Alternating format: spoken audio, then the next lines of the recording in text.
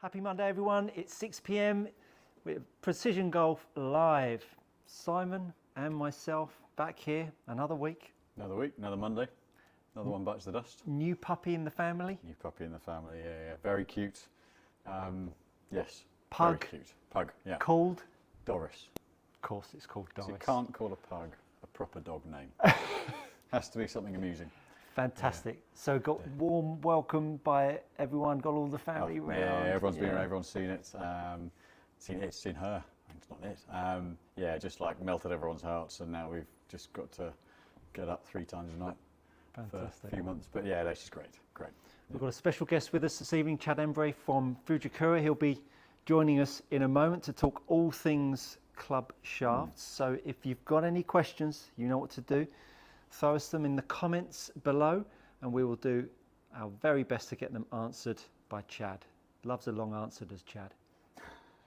So let's talk about the world of golf. Yeah. Big win at the weekend, Irish Open, Mr. Norman. Yeah, I won in the States earlier in the year, playoff, and both times have come charging through. I think, yeah, great last round. Actually, everyone was kind of static the last round, apart from him and one other. And obviously Larry coming up. I think he was tied third. I think in the end. Second, I believe. Tied second. No, you might be right. No, you're right. Might be wrong as well. No. Yeah. I just checked. He was there. You're right. So you know, big statement there. Following Ryder Cup selection. So he'd have been nervous this week. He'd have been nervous this week because I think he got a little bit of a hard time why he was picked over Moronk. That point to prove. Absolutely, and really big back nine for him. He really got a charge. I think when he made eagle on 10 or 11, did he make it? He certainly made birdie on 10. There was a fist pump going in when he holed it from like 15 feet. So it obviously really meant something. Obviously quite a few shots out. Stung, didn't it? I think he'd. You know, I think he was. There's been a lot of chat about should he been picked, but I think he was one of the picks that I would have given. Not that it's my decision, but it's. I think there's been that much talk about it that I think he just needed to play a market, and the Irish Open couldn't have been a better tournament for him to produce a result in. I think. Isn't it funny that Rory dumping it in the pond in the soup a couple of times, maybe 3 times on Sunday, another big Irish event that. Rory goes in favourite and Shane beats him, obviously, the Open. Yeah. That travesty very true. Yeah. that Rory got wrong. What does that tell us about Rory and his mentality, do you think, when he's, trying to perform in front of a home crowd, expectation? Does that, do you read too much into that? Because I know I do. I think having won it in the past and the way he won it, I think this is really, he's just warming up for Wentworth and the Ryder Cup. I think he's there. It's the Irish Open. He's keen to be there. He's trying hard, maybe trying too hard a little bit. But I actually, looking at his game and where he's at, he had a bit of time off, was a little rusty. I don't think that was his focus. I think the next couple of weeks are the focus. Yeah, I strongly disagree with you there. I think he was desperate to win that, and I think when he gets in that mode, when he's desperate to do something, sometimes I just think he really doesn't perform at his best. I think when he's freewheeling it and he's coming from behind, and it was almost like 9 holes to play, he's doing super well. He was in position, wasn't he? I can win this. This is a canter. Then he hits it in the soup, from nowhere, middle of the fairway, dumps it short right. I mean, that wood shot was that was a shocker. I mean, that was a tough driving hole that, but the shot he played. I mean, it's a front left flag, isn't it? Funny how he's obviously probably playing away from the flag, front left flag. Dumps it in the pond right. I mean, honestly, you're standing on his head, playing golf courses, shooting 66, get a wedge in his hand, dumps it in the pond, and then it's just a capitulation of errors on the back nine. Unfortunately, someone that is as big in the game as he is, that is unacceptable performance with where he's trying to pitch himself as a player. I mean, you think about a Tiger in his heyday at that point, and we have to keep relating people like that back to Tiger because he is the benchmark of every generation that comes through, isn't it? He'd have just never done that. Just never have done it. And then ladies side, Charlie, fantastic. Yeah, and another great performance. We say fantastic, but again, she's been out there for a long time, hasn't she? Another fifth second this year. There's some momentum there. I think there's some. There's the near miss at the two majors, 2 Opens this year, and then this, but she really came through in that round. So I think it is a great result because she lost in the playoff. got there, Yeah. and then lost to Minjili, who's one of the top, and nearly had Minwoo.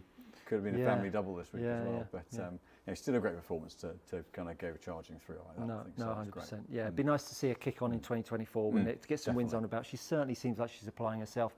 If you follow her on Instagram, social media, she's always working out, as well in buying lots of handbags and spending all her winnings on nothing. And why wouldn't you? Why wouldn't you? Right? So she obviously enjoys both sides of life. And it's really good to see her doing well. Well, let's get our special guest on, because larger than that life, he's obviously travelled across the pond. There's no BMW PGA Championship next year. He's not around for that. He's come here for the Monday night live here. From Fujikura, Chad Embrey, come on in. This feels so... I know, it's a big deal, right? It's a big deal. deal. Lovely to have you. All right, so I got to face this way between these two handsome gentlemen. I obviously clearly didn't get the email. Nearly there. Nearly there. Yeah. Now, Chad, I mean, I am completely out of my depth here when it comes to club shafts and things like that. They're red, they're blue, they're coloured, they flex. That's about as much as I've got. That's all there is to it. That's all that we're done. But what I do remember vividly about Fujikura is the speeder shaft. I mean, that was probably my biggest introduction to club shaft technology and the notoriety of the speeder. Obviously, Ventus is your new latest and greatest, and the range of models. The reason why I know that is because my great friend Mark here has just filled me in over in the corner. That's why I sound like I know what I'm talking about. That's why you do what you do. Educating yourself, absolutely, absolutely. So tell us a little bit about how the evolution from speeder to where we are now with Ventus. It's a long time right there. Yeah. That's a long time to fill in 5 minutes. Well, give us 4 minutes. Okay, all right.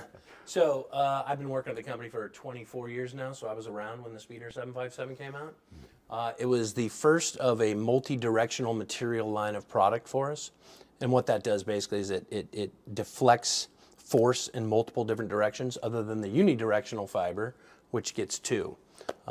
It took the world by storm. It was the first shaft over probably $85 to install of its kind, so we kind of set that benchmark. But it really is. Everyone were going, oh my God, what? You wouldn't believe the story. So I started just making phone calls for the company, and I would call club fitters, and I'd say, hey, I got this new shaft, Speeder 757. Love you to bring some in. They said, great, how much does it cost? I said, $175 wholesale, and I got hung up on at least 50 times. Yeah, that's ridiculous. But amazingly, over the course of the next couple months, when you saw it being so prevalent on tour, those same guys would call me back. So I had my redemption conversation with those guys, and the price raised a touch for those ones that decided now they wanted it after hanging up on me. But anyway, yeah, so that's really what started Fujikura as a big aftermarket ticket item in the U.S. Made a huge splash on the PGA Tour, had a ton of them in play, had a ton of wins, and it really cemented Fujikura as the premier aftermarket shaft supplier in our business. What was the headline win for you that really put it on the map? That's a great question, and I wish I could remember that long ago. I don't know what I had for breakfast this morning, to be honest. So at that point, I played one. It wasn't me. No, it wasn't. So we got one out. I didn't feature wasn't you? There. Wasn't me? Okay. I don't remember the signature win. Honestly, there was just a ton of players that gravitated towards it. It was we brought it out to tour. I think the cost helped a little bit. They know that this was the rave $350 retail shaft. So people wanted to start trying it. And then we got a ton of great players playing it, and the wins just started accruing, and we were off and running. We started. I don't know if we want to hear this. I got 3 minutes left. You got plenty. Okay. So when we first came to the U.S., we were simply a OEM vehicle, right? So we made shafts, the bubble shaft, the RCH shaft. Wow. So we started in the U.S. from Japan just basically to help service the OEM client. So for those of our guests out there that don't know what OEM means, as well as me, what does OEM mean? It stands for Original Equipment Manufacturer. And so that's just your TaylorMades, Titleists, Callaways, Cobras. So we came out to service TaylorMade. I'll use OEM now that we have that established. So we came out to service them, and then we started playing around. We brought in 4 shafts, the Vista Pro line, 50, 60, 70, 80. And then we brought in 4 shafts from Japan, which was the Pro 95, SIX, Pros 3, and the heralded Speeder 757. So we started selling aftermarket shafts, and then the 757 caught fire, and the rest is history. Amazing. Amazing. What a great story. Simon, what's your experience of Fujikura from, start playing the game when you then obviously probably the speeder was probably the same for you. Yeah, I had a 3-wood with this 757 double X. Right. Quite wide, I don't know, but it worked. I had a 3-wood. That was probably the first 3-wood I had that was an absolute go-to. It was a V-steel, original V-steel, 13 degree. So my problem was I had that and then a 2-iron, and so I could pitch it 245, but I couldn't stop it till 265, and then I couldn't carry a 2-iron far enough, so I had a massive gap. But I remember that was the first time I played Fujikura product, and but I just remember that being just such a good club for me. And I think now understanding from a materials point of view that triaxial weave that went into the 757 bite, and that's the direction of flow of the graphite fibers. So one of the things we'll come on to is a bit of trying to declutter some of what that means, but essentially to have that control over the way the shaft bends, the stiffness, where it's stiff, where it's softer. You can get better energy transfer through it. That was the granddaddy of all major shaft design now. Everyone now is doing that because of what Fujikura did with that shaft. And without that, I mean, it would happen sometime, but that massively changed graphite shaft construction. Yeah, I mean, I think Mark has tried the triaxial weave with his latest haircut. So as per usual, so did I. It didn't work out well for me. You can feel the daggers. I love the triaxial weave. That's brilliant. So as usual, we're taking all of your questions. So do throw them over to us. I'm going to grab the mouse in a moment. Tell us a little bit about the Ventus shaft that's now obviously the forefront of your line, along with the Motore. I'm going to make you say it. Motore. Yeah, you got to finish. So Motore is even pronounced it right. Motore is Italian for engine. So the engine of the golf club. Anyway. We don't want to get onto the Motore yet, but the Ventus, obviously we've had tremendous success. I thought back when the Speeder 7x7 came out that we couldn't ever duplicate the amount of sales we had in such a short amount of time, but that has exceeded that tremendously. The shaft makeup, I don't want to bore people. I hope most people that are watching your great show know a lot about the Ventus already, but it's the VeloCore technology, and that's the multi-material bias core. Pitch 70-ton material, 40-ton material, full length in the graphite shaft, helps lower torque, helps energy transfer, helps off-center hits. The great thing for us is the proving ground is the PGA Tour, and it's a bunch of guys that we don't pay to play our product. They play it to be 0.1 stroke better than the next guy to make fatter checks, and we have been lucky enough to have a ton of those players play that product. And when they play it, it's not necessarily what you can hit, maybe you can, not necessarily what you can hit or I can hit, but it's the technology now that goes down into the softer flexes and the lighter weights that transfer into the consumer that come in and they get the same benefits out of it, hitting softer and lighter shafts. So we've had a great run with it.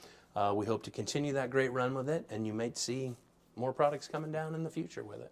Interesting you mentioned there, is it now with materials that are available, is it easier to transfer the kind of performance you get in the tour style weights and flexes and designs into kind of more consumer friendly, for want of a better phrase, versions of those shafts? So actually, rather than have to water them down, actually we can now keep the same characteristics but just in lighter and softer shafts. Yeah, that's been our goal really since day one, is we use the PGA Tour as a proving ground, and we find out whether that technology works.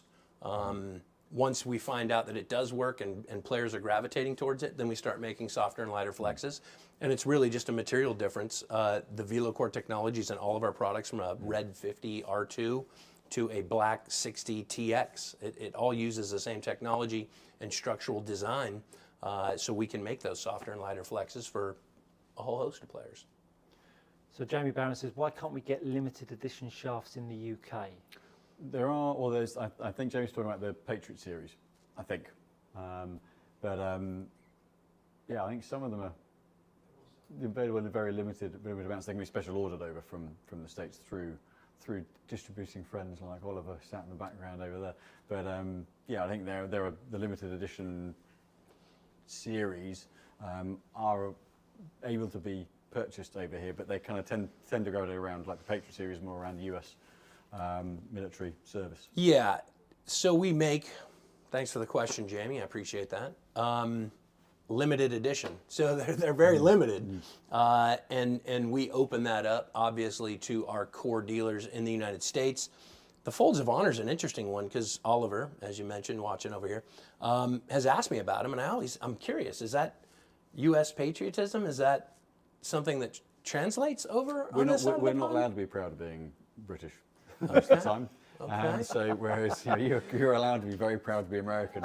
It's You've seen what's happening lately, right? We're yeah, not super yeah. proud over in the U.S. anymore. We've lost a little bit of that. Gone now. Yeah, The flag's on. Yeah, I'm staying, by the way. So Got it. where's my health care? Got it. But anyway, so we will come out, actually, great question, with another Folds of Honor limited edition product. And now that I know there is some interest, Jamie, from you and Oliver, our distributor, we'd be glad to hold back a couple and send them over, no problem at all. And we do make limited editions, master shafts or U.S. Open shafts or Ryder Cup shafts occasionally. Those kind of things in-house kind of happen pretty quick. And the number that we typically make is only about 100. So again, it's just hard spreading those all around to everybody. And especially because when they come in, they're out a day. I mean, we don't literally, their phone calls are made by the inside team at FUJIKURA and they're out. So next time I'll hold a couple. I think one question, going back to we were talking about, like the 757 and the Ventus models, and talking about the multi-directional weave. Some of those sort of terminals are within the materials, and that's how, because of the nature of the quality of product that's now available and the materials used, you're able to do so much more with those. So things like that multi-directional weave, what actually, from a construction of the shaft point of view, what does that actually mean? I don't even know if I understood your question myself, and I'm in this business. So in terms of the way the materials are used. Yeah, so the material, so let's just take the 757 because it's simple, it's on topic. So it's a triangular weave, right? So traditional graphite sheets come in what we call unidirectional fibers. So if you look at the sheet, all the fibers run one way.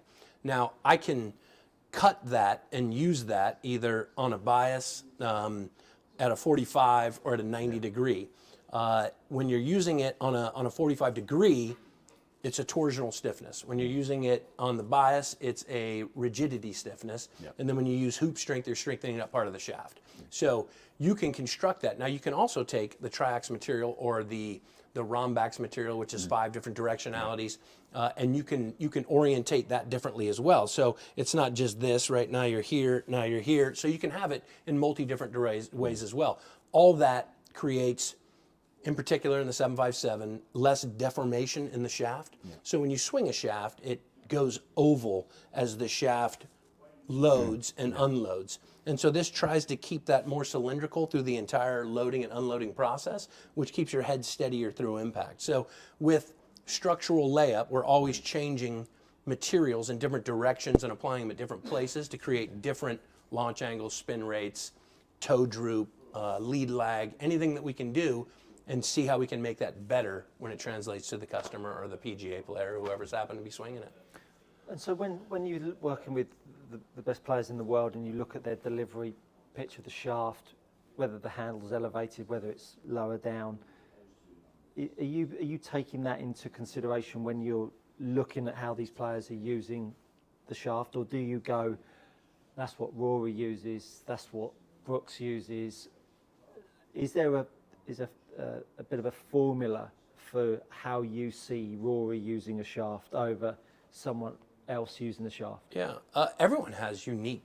It's a DNA, right? So, we'll take calls from guys or emails saying, "I swing 85 miles an hour. What shaft should I use?" and right on that point, someone's asked exactly that question. I think this is a massive topic for having someone of your expertise in here to really start to break down these myths and misunderstood.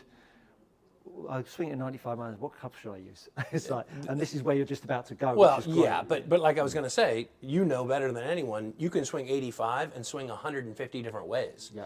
So it's essential to come in and get fit, because how anyone delivers the club back to impact differs from almost everybody else. I look at it like a fingerprint. Honestly, there's no two ways that. There's no same way that two players swing the club and deliver it back to impact. Yeah. And so coming in and getting a fitting is essential for everybody, no matter what your handicap is, unless you just don't care, right? And you're with your buddy Johnny Sixpack and getting hammered on a weekend, and you shoot 120 and you don't give a crap about that 120. Go play, have fun, support our business, buy a couple polos, a visor, whatever. But if you have any kind of value in your game, you want to be better no matter where you're starting from, where you're getting to, go in and get fit. Again, I can't. Someone says I swing 95 miles an hour, what should I hit? I mean, my guess right now, which still could be wrong, stiff flex? I mean, that's literally all I got to work on, right? Like, you got to come in and you got to say, I want to hit it straighter. I want to hit a higher ball flight. I want less spin. I want more roll. I play in wind and I need it low. So there's just so many things that go into selecting a shaft for a particular player that saying I'm 62 years old, I have a torn muscle in my bicep, and I swing 78 miles an hour. Well, great. I like Tang. I don't, you know, what do I do with that information? So Matt Giles has asked us, we hear so much about the Ventus and Axiom, why not so much about the putter shafts? This one gets me into trouble. This is my kind of question. Yeah, this one gets me into trouble. So we swing on average a driver at, let's just say, 85 miles an hour, 90 miles an hour. That translates into a lot of difference that can be made in both length of your shot and accuracy. When you're swinging a putter, your average swing speed is about 7-8 miles an hour. I don't even know the true number there, but let's even say, So to be able to put someone on a putting, fitting, SAM, putt lab, whatever, it's hard to show them straighter and longer with a 15-foot putt swinging a putter at 4 miles an hour. So we make putter shafts, and I'm not trying not to sell them. So please, Matt, grab yourself one. They're fantastic. But it's just harder to quantify at the end of a fitting how much that does for you. And for us to make putter shafts is a fairly expensive undertaking. It's a lot of material. Yeah, and so when I look at Matt and we do a putter fitting, I go, you know, technically you're 1/4 of an inch straighter, and your loft is better. It's $250.